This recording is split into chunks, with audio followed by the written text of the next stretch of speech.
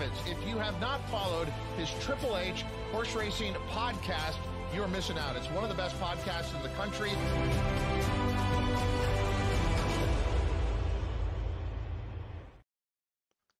Good morning and welcome to the HHH Racing Podcast Emergency Edition, as we have a huge, close to $300,000 late pick 5 carryover today, Sunday, at Churchill Downs on Memorial Day weekend. I'm your host, Howard Kravitz. Thank you very much for joining me live this morning. Please make sure you hit that subscribe button on the bottom right-hand side of the screen, the notification bell on the top right, and smash that like button below the video player. Plus, of course, we want your comments in the live chat and also below the video player. The exact total you can see on the bottom of the screen there, $290,139 in the late pick 5 carryover at Churchill Downs, which starts in race 6 at approximately 3:18 Eastern. We're going to break down that sequence for you and hopefully give you some winners and possibly a winning ticket. I'll tell you what, I don't play every carryover at all the tracks. It really is very situational, but on a Memorial Day weekend on a Sunday when I have a little bit of time and you see this big of a pick 5 at a major track, I really think it behooves you to at least take a look at it. Even if you're not a pick 5 player, you know, maybe you don't think, well, I don't have the funds. Get a group of friends together. Everyone put in, 20, 30 bucks, whatever. Put a ticket together. These chances don't come around too often. I highly recommend you take a look at it, and it is a very tough sequence. We're going to be talking about it this morning. You can listen to us on Apple Podcasts, Spotify, and Anchor. We've got a great tip sheet. Look below the video player. On the tip sheet this weekend, I did not tip out this late pick 5 at Churchill, only because, of course, we have to write it earlier in the week, and we didn't know there'd be a carryover until yesterday when some just crazy results happened, actually in the early pick 5. But again, the carryover is the late pick 5. We've got a great website, of course, as well, hhhracingpodcast.com. We have well over 100 people watching already live this morning at 11 a.m. Let's not waste any time. I have a fantastic co-host who has been generous enough to come on this morning on his own time, a bit last second, but I know that this guy is prepared. Otherwise, he wouldn't come on. So let's bring him on from the Commonwealth of Massachusetts and the Saratoga Special, my good friend and co-host, Mr. Paul Halloran. Paul, carryover time, my friend. Yeah, I'm a sucker for a carryover, Howard. You knew who to call. Oh, absolutely, for sure. And look, we're gonna be diving in. I don't know how deep dive you've been able to look at. I'm sure you took a look at it. Paul, I'm just gonna tell everyone right now, I don't want to BS our viewers and listeners. I thought this is a very, very tough sequence. I usually rate these pick 5s or pick 6s like 1 to 10, 10 being extremely difficult and 1 being, piece of cake. This is like an 8 or a 9. I thought this is really difficult. And the one reason I thought it was difficult is because, and we'll talk about it, I had a hard time finding a single. Now, I know most people are going to disagree with me because they're going to look at race 9, the penultimate leg, and say, Howard, what do you mean? There's a 4 to 5 morning line shot. Well, there's also an 8 to 5 morning line shot in race 7. I got to tell you, Paul, I don't love either one of them, especially race 7. And we're going to talk about it. But race 9 has a fascinating entry, and we're going to deep dive into that particular entry for Wesley Ward because this horse can be 3 to 5. And I got to tell you, there's some red flags. I don't know red flags, but there's concerns for me. So, Paul, I don't have Paul's picks top 3, but that's okay. We will put them on the screen or we will talk about them as we go along. Paul, I'm going to bring up race 6, but before I do that, just your general thoughts on the sequence as you see it right now. I saw it a little differently than you. I think there's a chance this charts out to some degree. I'm not saying it's easy, but I think that there's a decent chance with some logical winners, if not singles races where you don't have to go too deep. So we'll talk about it as we go. I see what you're saying with both of those heavy favorites. You can certainly make a case against them, and in order to get paid, you're going to have to get one of those horses beat.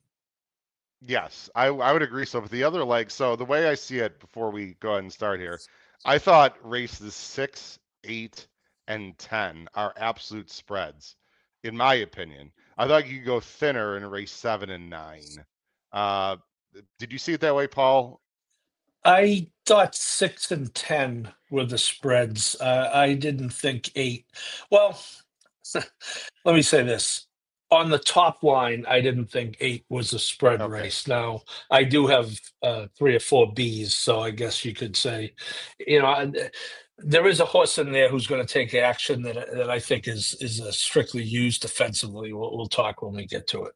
Last thing, I know there's not a lot of people that watch European racing on Saturday and Sunday mornings. There was some serious racing going on in Europe, including Lake Victoria, our Breeders' Cup Juvenile Turf filly champion. She was awesome this morning. She is the real deal, as if we didn't know that last year. Again, there are a lot of horses prepping for Ascot.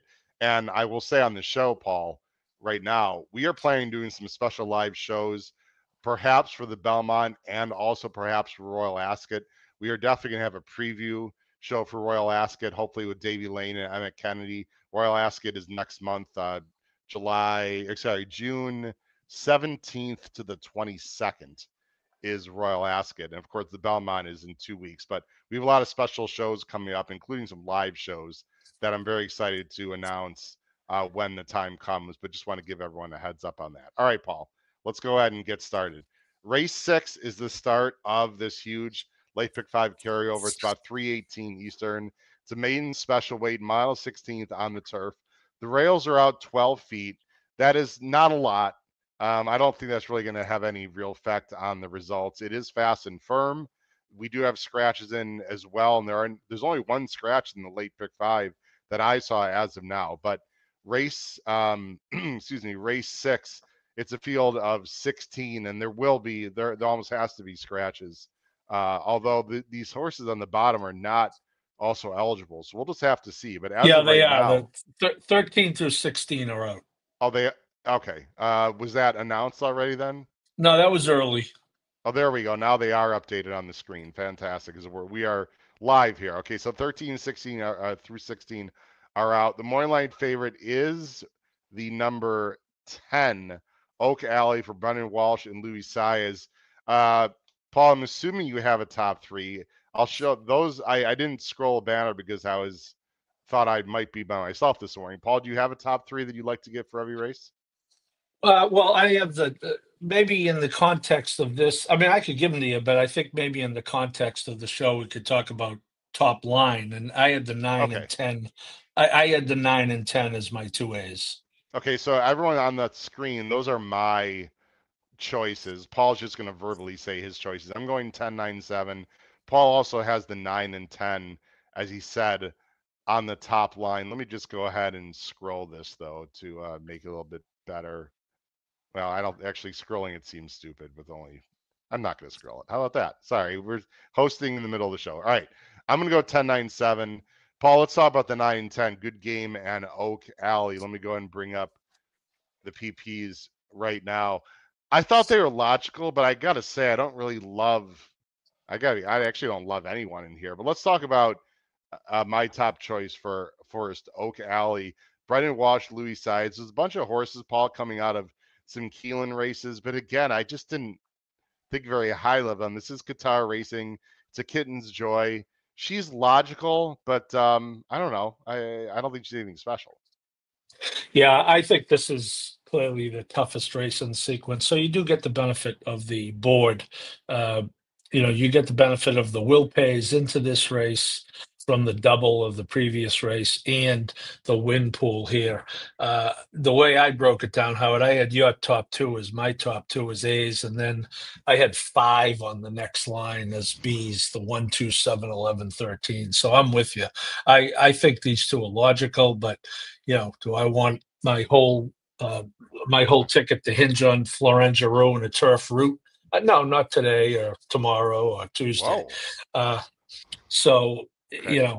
I just think this is what a classic get by. This is a survive and advance race.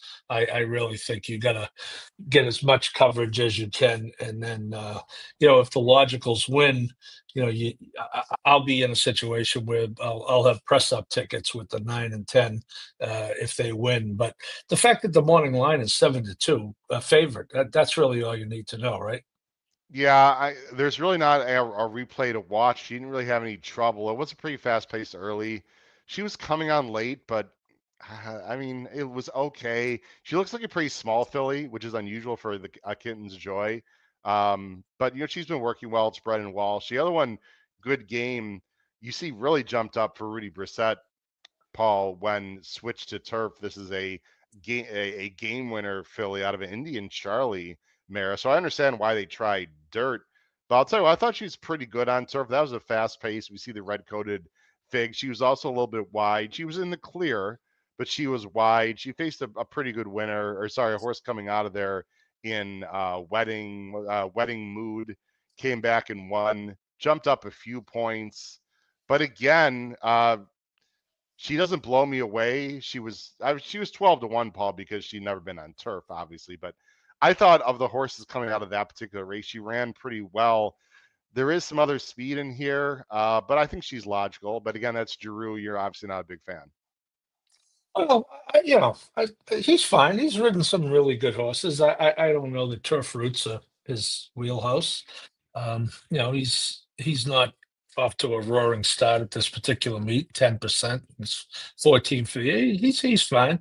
I mean, we know the instructions can be given in French from Rodolphe Brissett. That's always an advantage when the instructions can be given in the native language. Paul, I threw Play with Magic, the number 7 in third, and then I'll get your opinion on that one, and maybe some fuzzies we want to mention quickly. Again, there's about a 45-minute show this morning. We could talk a lot about these horses in this whole sequence. Play with Magic, the number 7 is our good girl trainer, Cherie DeVoe. The damn side, Stage Magic, people are like, Stage Magic. Why does that broodmare sound familiar? Justifies broodmare, justifies mama. And Stage Raider really was a pretty good horse too, but those are mainly dirt horses. And so obviously Cherie's going to try the horse on dirt first, but with Mendelssohn and Scat Daddy on the male side, maybe this horse does want turf. And what I'm drawn to is Jose Ortiz. Now, there's a lot of good jockeys out there, but Jose has been the perennial leader in Kentucky since he moved there. That draws my attention. This horse did absolutely no running, though. Let me be very clear. Did absolutely no running in her debut. But you know what, Paul? This is the kind of feel where maybe I want a fuzzy. If this horse can take the turf, I don't know. She's interesting, and she has works at Keeneland that have been consistent. Any thoughts on Play with Magic, or maybe a fuzzy, a long shot you want to throw out there for our viewers and listeners to use in the and visitors, listeners to use in the first leg? I had this one as a solid B for all the reasons you indicated. Unfortunately, with the Cherie Jose combination in a field like this, I don't think you're getting 8-1, even though she did run that badly last time. Cherie with second time starters, maidens going dirt to turf is 12%, which is, for her, not that great. But the 7 and the 11 were my 2 Bs. You talked about mentioning some other horses. And then the other horses I'm going to use are the 1 and 2. I had the 13, as someone in the chat, Chris Couples, put up. I did have the 13 as another fuzzy in there, but not into the race. But so all of the 9 and 10, and then I'll have the 7 and 11, and then the 1 and 2 are going to be my price horses. The 1 is a maiden Euro who missed by a neck in a maiden race in Ireland. Who knows? Al Stahl doesn't typically get a lot of horses shipped over. And the 2, it's strictly a McPeak Hernandez angle. It's going to be 15-20-1. Chris is in the chat. Yeah, I won the New York contest yesterday for the second. Thank you for the second week in a row. I don't know what's going on out there in New York, but yeah, thank you. It was a lot of fun. Just find the right spots at the right time. So thanks for that, Chris Couples. Oldie from Equine Edge. Check out Equine Edge. They do a great job there. He's on the road just north of Gainesville. Wow. Excited to have this to listen as I drive my dad's car back to Chicago. Oldie, let me tell you something, my friend. Driving from Florida to Chicago, not on my wish list at all. I do not like long car rides, but I'm glad that we're able to entertain you for that time. By the way, Equine Edge likes the one. There you go. Oh, sorry, in race 8. Okay, he likes the one in race 8 as a single. We'll get to that horse in a little bit later. We got Terry Frank is here. A lot of great people in the chat again. Hopefully, we're going to be giving everyone some winners. The 2 Caviar Breakfast. I've got this horse as a B, Paul. I look. I don't think that Gulfstream race was that bad. I don't really love horses coming from Gulfstream. The winner, Obasant, was really impressive. Has local works from McPeak. I'm sure she's going to be better now. There's just, I don't know, Paul. I think 9 and 10 are probably the right 2, but there's a lot of horses that you can use in this first leg for sure. Let's go ahead and get on to the second leg of the sequence, which is race 7. And I have a pretty strong opinion here, Paul. And I've either been very right or very wrong in this race. It's claiming 16,000, 7 furlongs. It's a field of 9. They're all in. You got a pretty big morning line favorite in the number 1 Rivalry for Moquette and Saez. Here's my picks on the screen. We'll get Paul's opinion in just a minute. I'm going 6, 8, 5. I'm completely tossing out the morning line favorite Rivalry at 8-5. I will explain why. Will I use him defensively? I'm not sure yet. I have to think about it. I have a ticket already. There's a lot of things I don't like about the number 1 Rivalry. We'll get into it. Paul, again, your general thoughts in race 7. Well, we're going to disagree because I thought you only needed the 1 of the 8 here. Wow. Those are the only 2 that on my ticket. All right, we'll talk about Rivalry and we'll let people decide for themselves. Well, again, the 8-5 seems a little. You're paying the Louis Sayers tax, but the cutback angle. Well, he did cut back last time in a non-winners of 2 lifetime. This is going up to 3. He was bet like he couldn't lose last time and ran pretty well. So this is the second off the cutback, but 2 for 2 at Churchill. I get it. The rail at 7 furlongs is always worth talking about, but this horse looks like he's going to be forward enough. Is he an eye popper? No. Is a 70 buyer? Tremendous no. But again, I think this is a non-winners of 3 lifetime. This is I think a relatively nondescript field too. So I like 1 and 8, but I'll be anxious for you to talk to me about the horse named for one of my favorites, Chantal Sutherland. Is this this is a condition claimer. Okay. So, it wasn't on the screen. I didn't think it was a condition claimer, but actually it looks like now that I look at or 3-year-olds. Okay. Yeah. If you're 3, you could have won as many as you wanted, but they all happen to be 2 winners of 2. And there's some, the 2 is 2 for 25. The 3 is 2 for 52. The 5 is 2 for 58. The 6 is 2 for 24.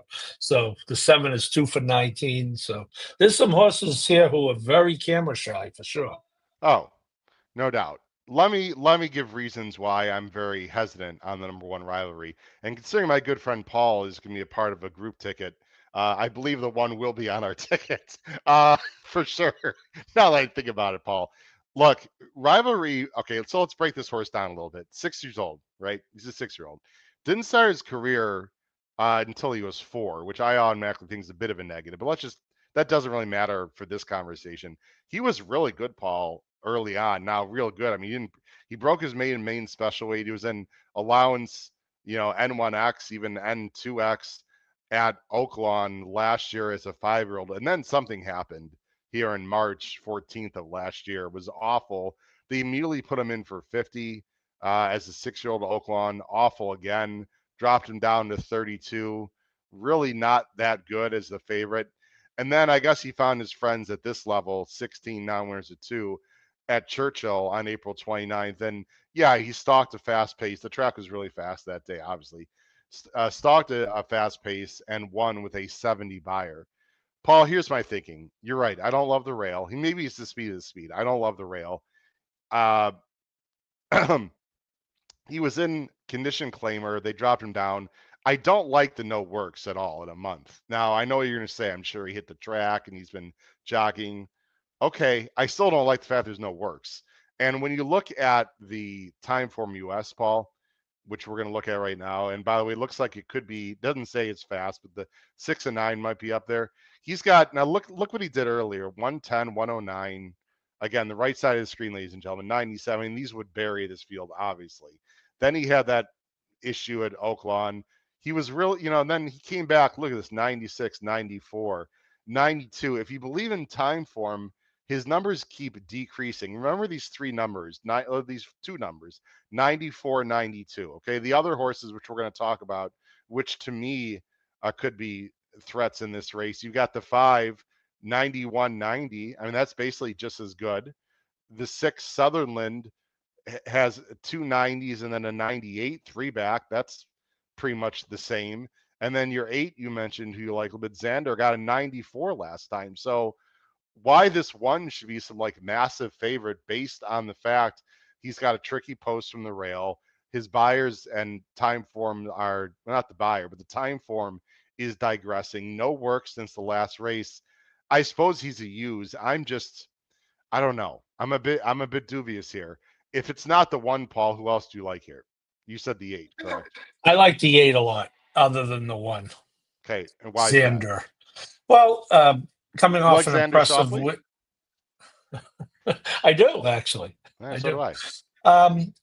I think that's a good race. Chris Davis and Jose Ortiz, you talked about Jose already. They're a pretty good combination. Yeah, I know it was Indy, but the fact that they shifted from synthetic to dirt and he ran that well on dirt and comes back on dirt here, stretches out to 7 for the first time. That's a somewhat of a concern, but he would be my clear second choice.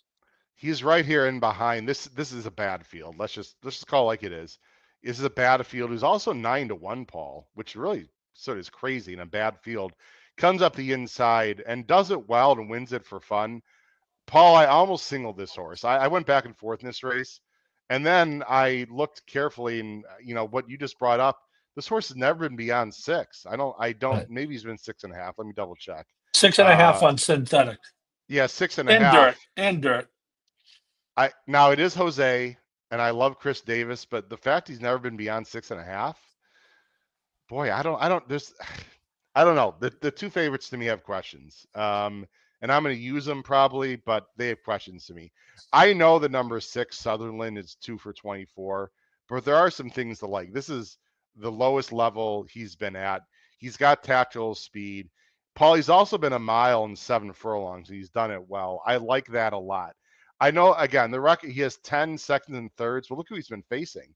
Open 20s, open 30s, optional 55. I mean, and he's got tactile speed. It's second off a layoff. It's Bejarano. I like the blinkers on. I don't see a lot of horses in this race that want to pass others, Paul. Maybe Sutherland can, get loose and win here at an okay price. I wouldn't toss him out. I'm also going to use the 5, Lend It To Me, great name for, this is a new claim for Moss and Edgar Morales, his main guy. Again, this horse hasn't gone 7 and is also 2 for 28, but it's got numbers that fit. It's weird, Paul, because you and I talk about these races all the time, and usually I'm against these 2 for larger numbers. But because the 1 doesn't really blow me away, I'm not afraid to use some of these horses that have only, won twice with a large amount, mainly because a lot of these horses are dropping down. They've never been in this level. Yeah, I think that's fair. Again, it could be a separator race. The 1 and 8 are going to take a lot of money, but the 5 is, you just mentioned, 5's 3-1 morning line. Right. I think you'll get. I think you're going to get the 8-1 on the 6. So that there's your separator if you get this horse home. Again, I just looked at it as we just talked about coming off a race that I think you really need to spread. I'm gonna. This is going to be a Jenny Craig race for me and try to get by. All right. I like that. Javon 78. Paul, we haven't seen Javon 78 in the chat. What's up, Javon? Good morning. Thanks for joining us. It is a tough distance. No doubt. Again, Oldie from Equine Edge says just take the one rivalry and just take a stand there. I get it, Oldie. I get it. I don't know. Here's the thing, Paul. What people at home, what you got to do is try to figure out how you want to play with value, because the all the smaller fish, Paul, are going to single the one and single the 12 that we're going to talk about in race 9, correct? So if you want to get a separator, you want to be a little different than the general public, you need to try to beat the 1 and or the 12. If both those horses win, sure, it could still pay, but not nearly as much when you have more line favorites win. And it's not, for me, Paul, it's not just I'm trying to beat the favorite just because. I think there are reasons to beat these favorites. So if you at home agree with Oldie and just think, no, these are the best horses, then single them, because there's a ton of money in the pool already. I'm just not a huge fan. Dan H also mentions, what's up, Dan? I love your picture, by the way, Dan. The stretch rail has been dead on the dirt for a number of races the last 2 days at Churchill. That's something to keep in mind. I don't have official data on that, but I will trust Dan. I've been watching those races, but I really haven't noticed that in particular. Let's go on to the next race. Race 8, optional allowance, 125,000, 6 furlongs on the dirt. 3-year-olds, there was a ton of early speed in this race. The morning line favorite is the number 7, Furio, for Sharp and Ortiz. And this colt is one of those horses that is is fast, but there are other fast horses too, like You Devil You, the 1, Nikolai, the 2. I'm going off the top of my head. I think there's another horse that's got some early speed. We'll show the pace projector here coming up. Here is where I'm going. I'm going off the reservation on this one, Paul. I'm going 8, 4, 6 as my top 3 choices in race 8. Paul, first, who are your A horses, your top choices? You're unmuted, Paul. You're muted, Paul. My A's, unfortunately, are nothing creative. I have the 7 and 1 on the top line, and then I have the 4, 6, 9, 11 on the bottom line. So it's a good thing I'm in on your group ticket, because I don't like any of your horses, so I can have a chance to be very wrong and still win, which is like the ideal scenario for me. At this rate, Paul, we're playing $1,000 pick 5 ticket, or you're going to take a small piece of mine and do something on your own, or it's none of my damn business. Well, I'm going to take a piece of yours and do something on my own. Both. There you go. It's a free country. Last time I checked. All right. Well, let's start. Let me start with my top. Well, let's start with the pace. Yeah. No. Yeah. Let's start with yours. Yeah. Let's start with the pace projector. Okay. And by the way, this is the race that Equine Edge and Oldie said, I believe. No, I think he meant it was this. I think he meant the 7, the last race one. Oh, did he? Said. Okay. Yeah, I thought he said in race 8. I thought he did, but then he clarified and said, okay. He said race 7, my bad. Oh, okay. Guy's driving. Give him a break. He's texting, he's driving, he's commenting. I'm hosting a damn podcast too. I mean, I can't look at every guy. It's got a fast pace here, 1, 2, and 7. That's how I saw it. I saw a very fast pace. I mean, you never freaking know, but there's the pace projector, 1, 2, and 7. Because I thought it'd be a fast pace, and I do trust time form, I'm going a little bit off the reservation here. I'm going to go with the number 8 on top, Thrilla, for Keith DeSormo and James Graham, which is not exactly a combination a lot of people would love. Let me give you some quick reasons. First of all, this is one of the few horses in this race that can pass others, Paul, number 1. Number 2, Thrilla is getting better and better. You see 64, 81, 84. These last 2 races match up with anyone in this field according to time form, and basically Bayer also. I also like the fact the horses worked. How about 59 and 3 at Churchill, and then 58? Keith DeSormo, if you know anything about Keith DeSormo, he does not work his horse's fastball. So those are that drew my attention. It's a wide open field. He's in for 125. I don't know, Paul. This is such a high claiming tag that 125 doesn't, scare me away. Usually I don't like horses in for the tag, but it's 125 freaking thousand in for the tag. So I just thought he could stalk and pounce. I don't really need to get into a lot of details here. I just think he can stalk and pounce.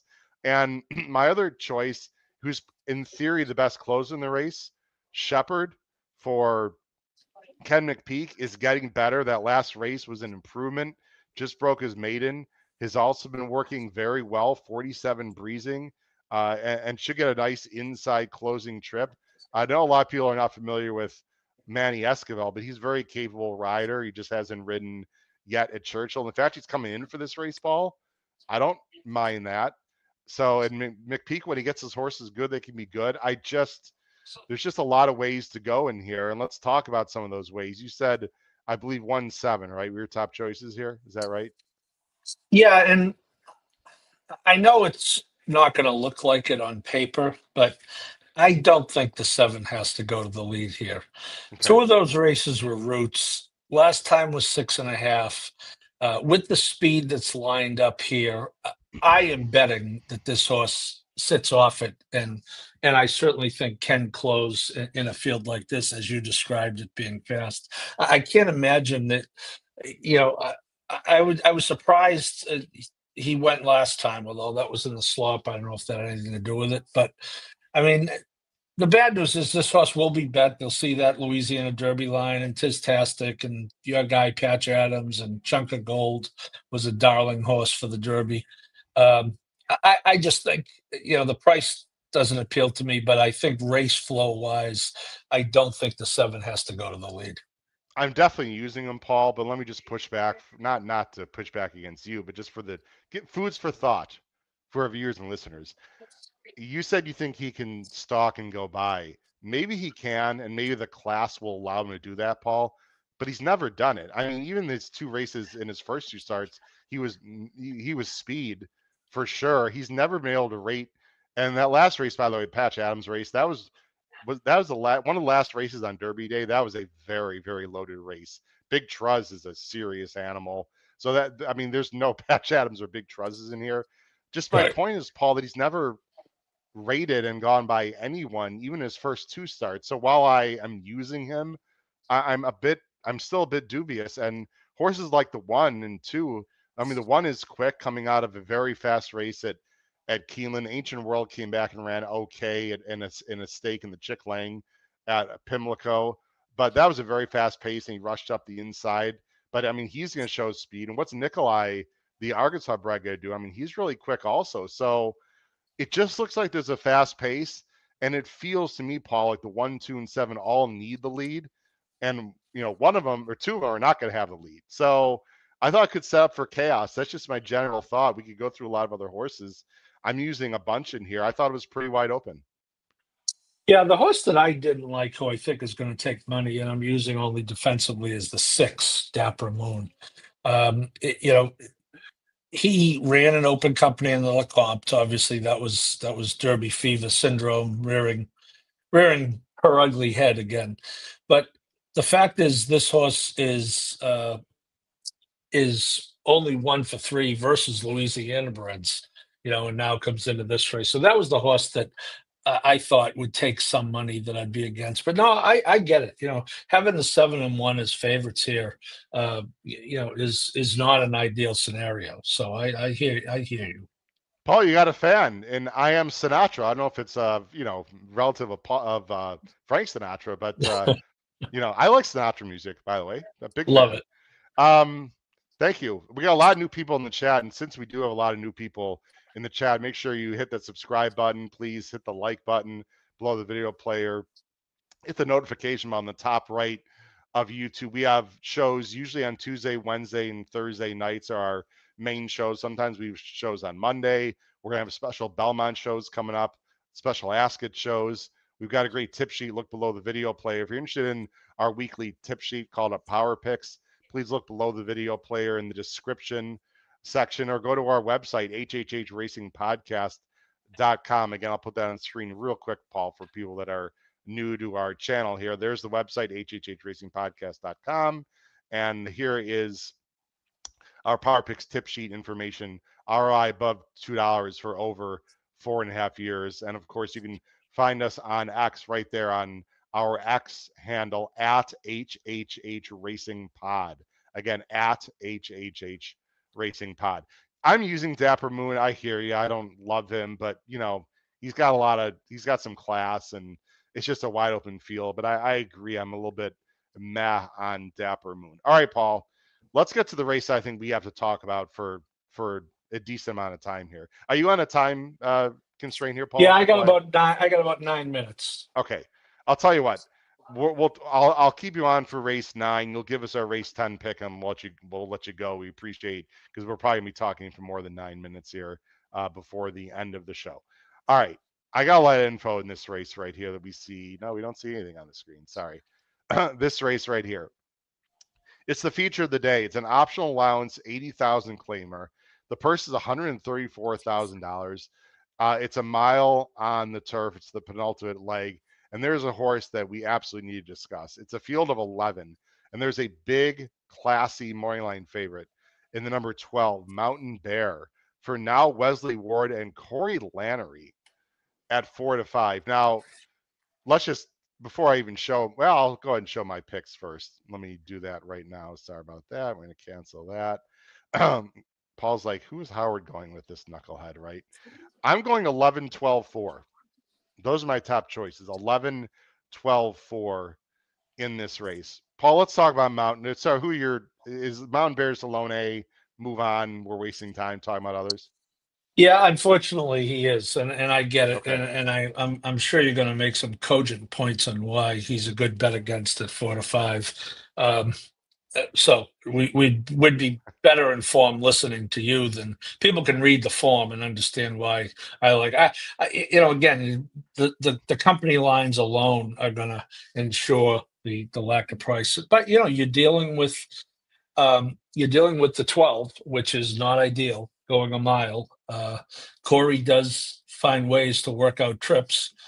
He's going to have to here. So, lay off.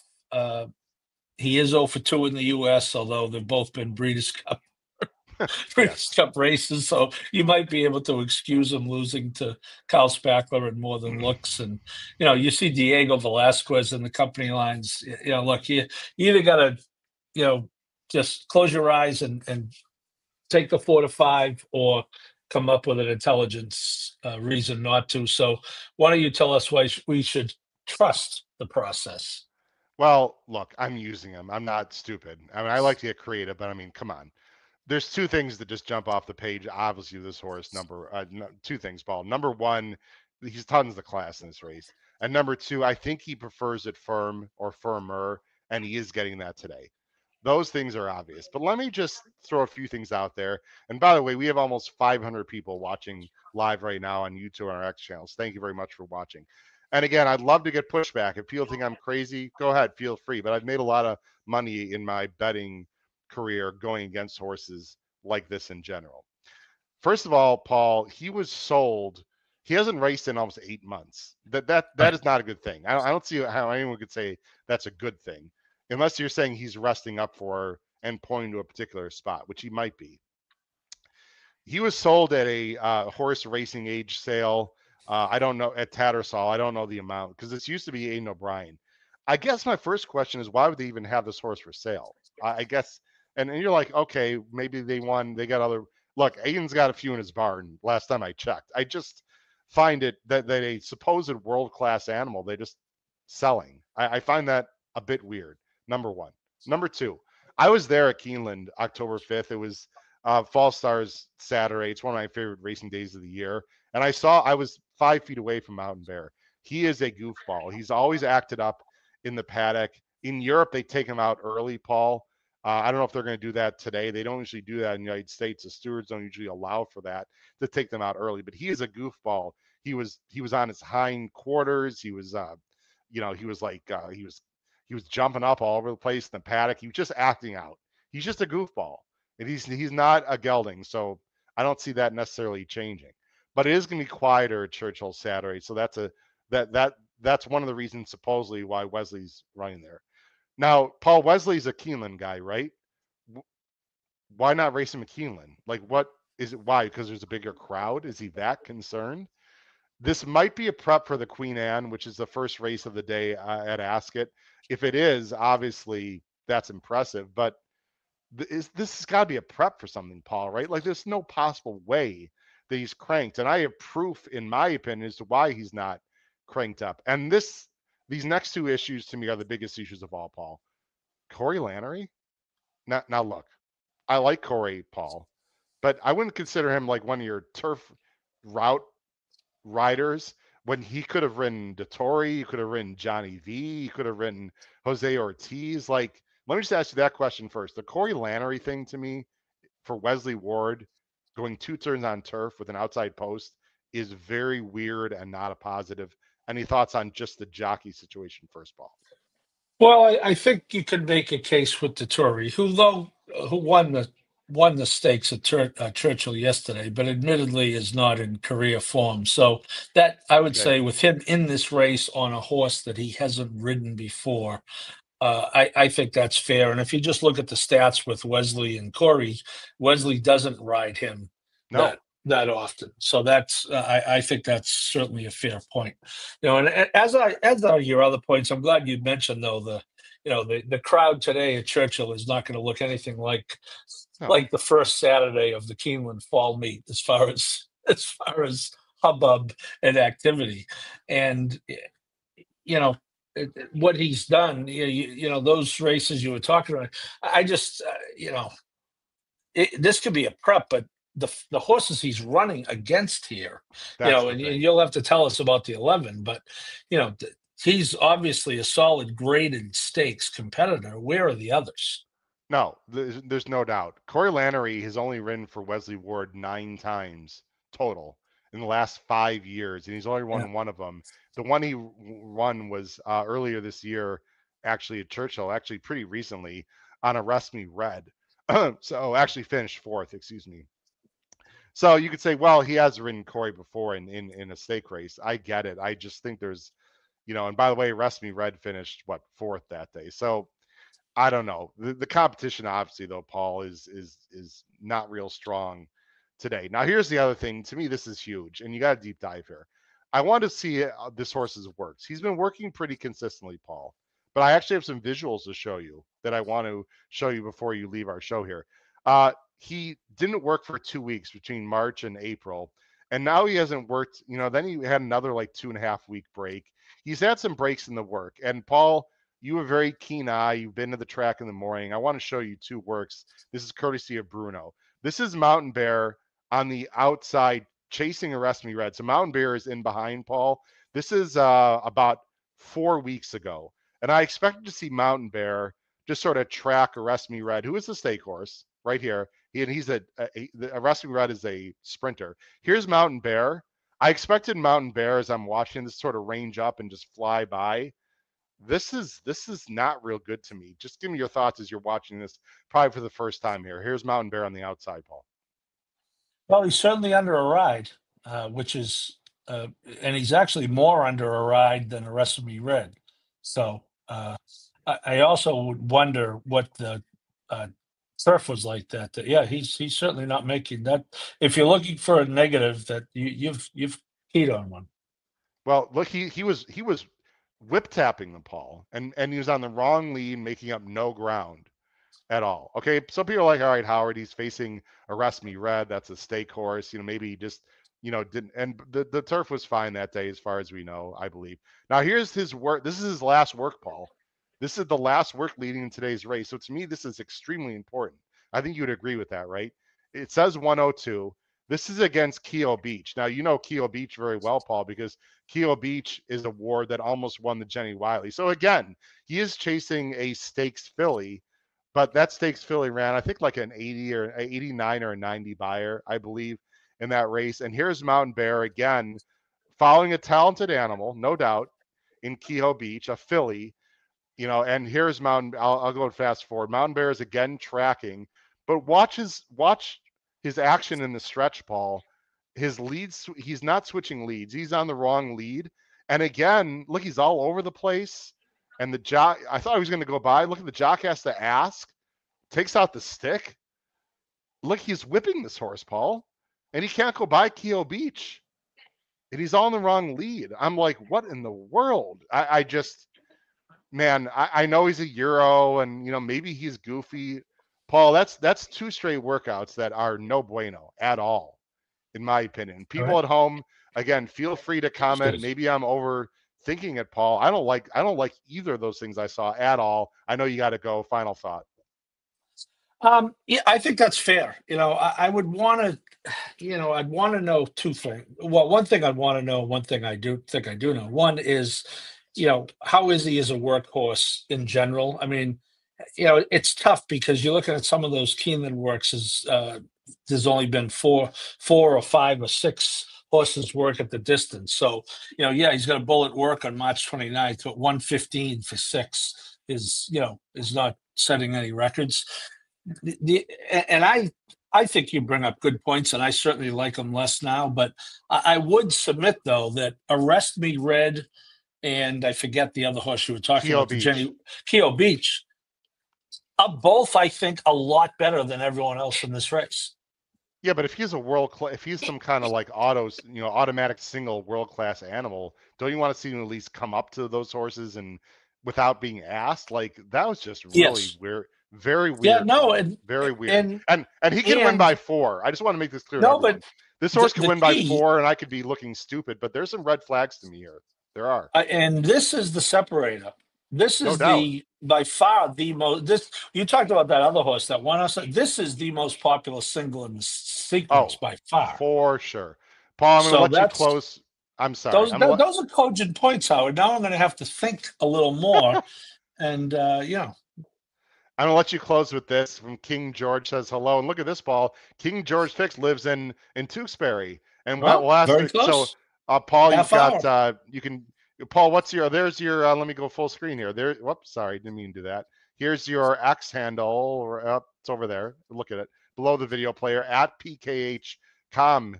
The horse is optional. You don't have to put the horse in. That's optional. No. Paul, I know you got to go, and thanks for coming on. Who are your top picks in the last race, and then final thoughts, and I'll close out the show. All right, can I just give you a little note I did while you were showing those workouts? Yes. I took the opportunity to send a text to one of the owners of the horse you liked, the Process. Oh, wonderful. Would you like me to share that information? That's Belladonna Racing. Look at Paul's a journalist, by the way. He's got connections. Absolutely. They hate him, right? No, he says, hello, Paul. He says, the Process is a horse I feel hasn't achieved his best yet.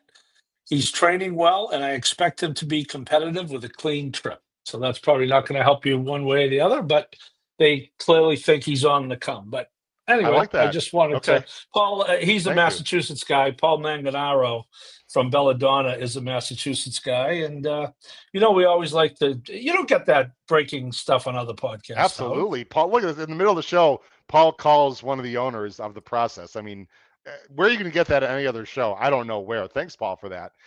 Look, I agree. And I'll talk about him after because I know you got to go.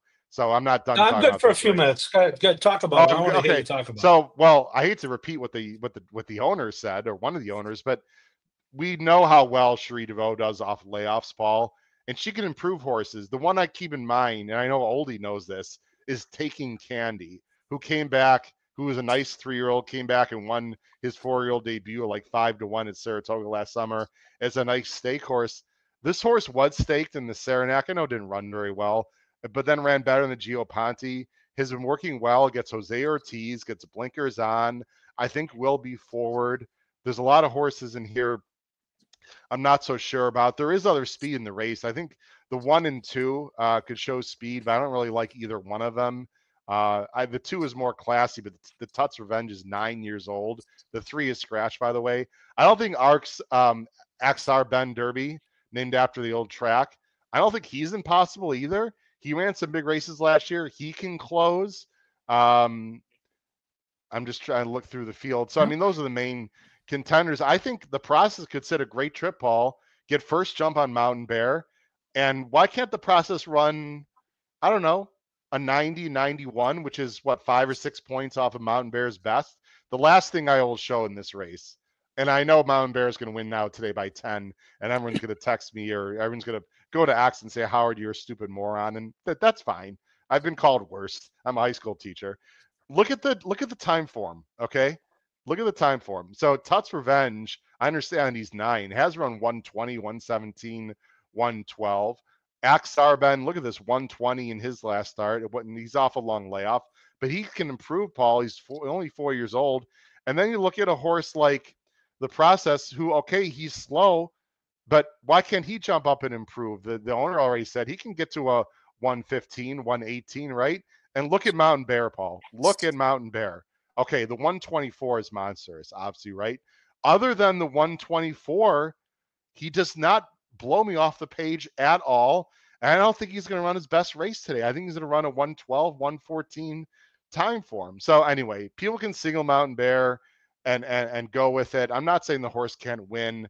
I just think this race is fascinating, and I'd love to try to beat him. I don't think he's going to win today, Paul. So Well, there as you I go. say, this is the separator of all separators in this sequence. And yeah, trust the process. I mean, that Saranac race, Howard, at Saratoga, that was a really bad trip. I'm sure you watched it. It was. You know, just your horse, the process.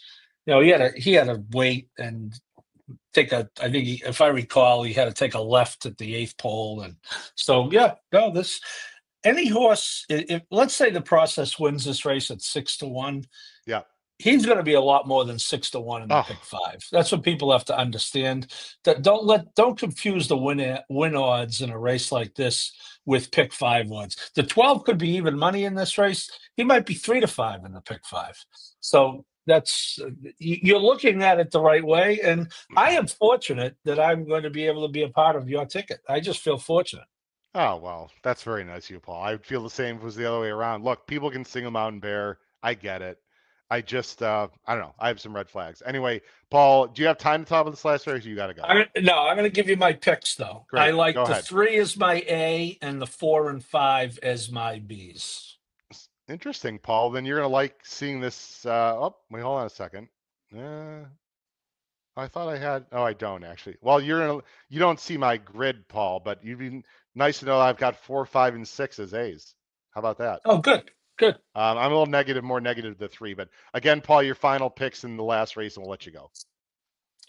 Yeah, 3, 4, 5. 3, 4, 5. There you go. I've got the 4 and 5 absolutely in the mix. Paul Halloran, let me just go full screen. Thanks a lot. I know you're busy with family today. Appreciate it. We'll be talking later, my friend. Have a great day. I'm around. See you guys. Take care. Bye-bye. All right. Paul Halloran, co-host of Picks and Ponies, does a great job. Breaking news there with the process as he gave us some info from the trainer. Amazing. All right. Last race. Here's my top choices. I'm going 5, 6, 11 as my top 3 in here. A very difficult starter allowance 50 going 1 mile for 83,000 for the girls. It's a wide open field. The morning line favorite is the number 3, Zagruda, for Cox and Saez. That's Paul's top choice. I have the 3 in the mix, but again, I don't love the 3, and I'll show a replay and tell you why. I do like the 4, Take Charge Omaha as well. I'll talk about that horse. This is a very, very, very difficult race, ladies and gentlemen. There's a lot of ways you can go, and you have to spread. And again, for those of you that are new to the show, I'm not the kind of guy that just like always picks against favorites. I know there's some people watching and listening that are not familiar with me or the show. I'm very happy to take an even money or 6-5 if I think that's a moto horse and just single and move on. I think there's a lot of horses, ladies and gentlemen, in this sequence, which I've talked about already. They're going to take a lot of money that I just don't love. I think this thing could pay a ton, this pick 5 for sure. Let me talk about the horses that I like in this race, and I'll be much briefer here. The number 5, Manage Expectations, Brendan Walsh. She might be a better turf horse, but the fact that Brendan Walsh decided to run her here on the dirt is a positive to me. And Churchill is more kind to turf horses than other dirt tracks. She's got numbers that fit. She's going to stalk and pounce. She's been working forwardly. Do I love her? No, but there's a lot of horses in here I'm just not so sure about. Let me go ahead and show the pace projector very quickly here. It looks like it's going to be a fast pace with the 10, 9, and 6. Again, supposedly fast pace with the 10, 9, and 6 up front. So I'm more likely to go with horses that are mid-pack or closers, and that would be Manage Expectations. Another one that I think is interesting, this horse is more of a speed horse. The number 6, It Will Be Fun. This is a new claim for Dutro and Michael Dubb ownership and Jose Ortiz. That draws my attention. She's a little bit slow by the numbers, but she's fast. She's, is this 6 furlongs or 6.5? Sorry, everyone. Oh, it's a mile, excuse me. She's stretching out, which I'm fine with that. She's been the distance before. She's been working well. My gut feel here, ladies and gentlemen, is that Dutro is going to move this horse up and gets Jose Ortiz. That draws my attention. She has to improve, no doubt about it, but she's the best speed of all the speeds in this race. I think she is the best speed. Another interesting horse that's a closer to me is number 11, Aviso. Now, Aviso beat Manage Expectations 2 back, and then last time ran against Zagruda. And I know you're not going to be able to see this real clearly, but I want everyone to pay attention to the stretch here because these horses, whoops, watch the 5 and the 10. Okay, Zagruda's the 10, Aviso's the 5. We have to go to the stretch here. I thought, let me freeze it right here. They're right next to each other. Okay, here's Zagruda and here's Aviso. I think Aviso, or it's the other way around. Sorry. Watch the number 5 here, who I thought got into more trouble. Zagruda, I'll freeze it here. Here's Zagruda right here in the red. She gets a cleaner trip. The number 5, Aviso, who's in behind here, you can't really tell, but was sort of in behind, wanted to go to the inside, had a little bit more trap control. Meanwhile, Zagruda is on the outside in the clear. Again, here's Aviso, but Aviso doesn't stop running. Now she ducks back to the inside, and the bottom line is they weren't that far apart, as we'll show to the end. Again, outside clean run. So it's this horse and this horse. If you see the head on, ladies and gentlemen, you can see it a lot better. But Aviso now is on the outside, has some work since. Here's my general thought, ladies and gentlemen. My general thought is Aviso is going to be twice the price as Zagruda, and I don't think they're that much different, to be very honest with you. So to me, the 3 and the 11 are about the same, and you're going to get a much bigger price on the 11. The number 4 is the last one I'm going to talk about here.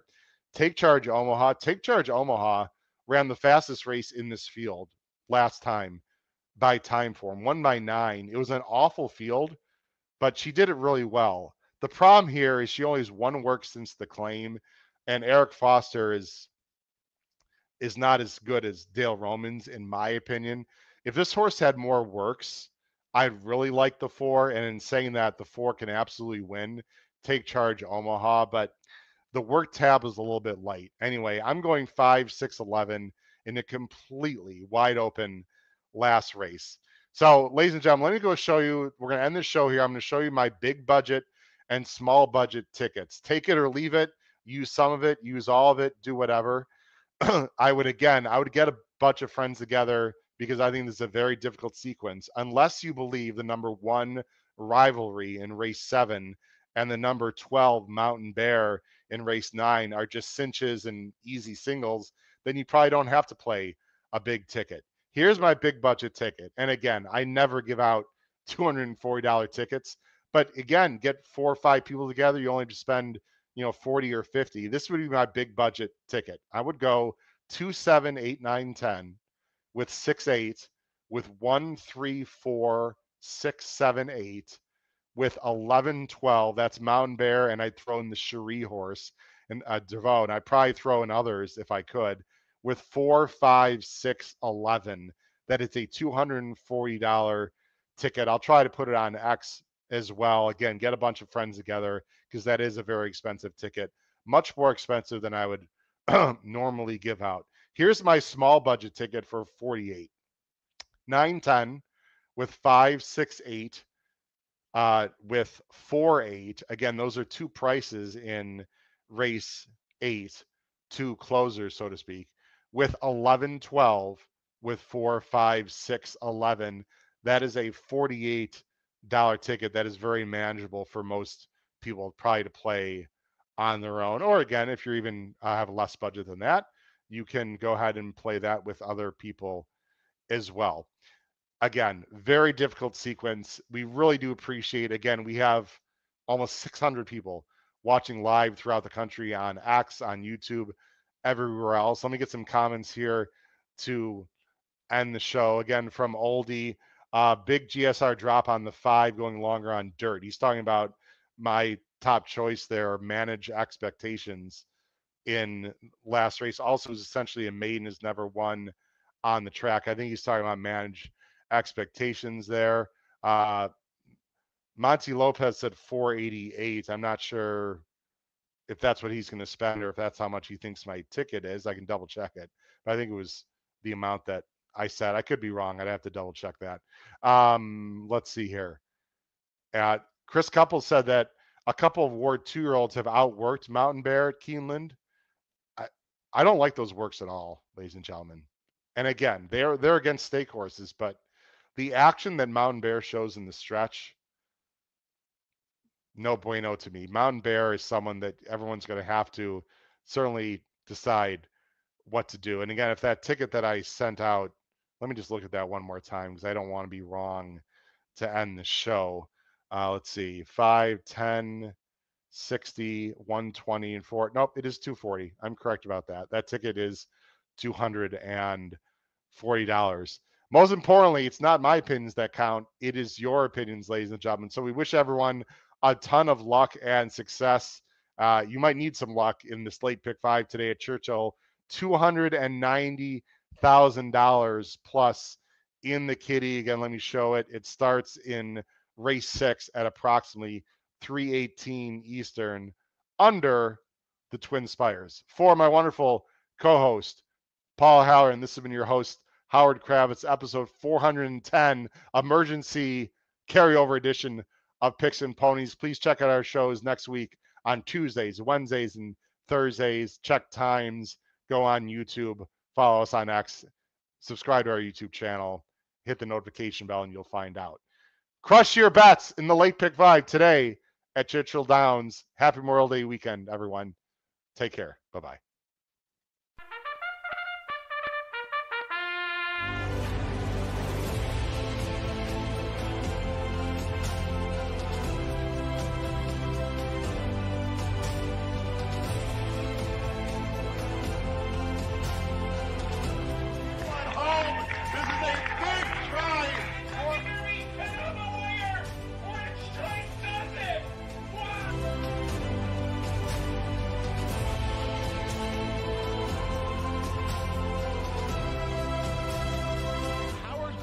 If you have not followed his Triple H horse racing podcast, you're missing out. It's one of the best podcasts in the country.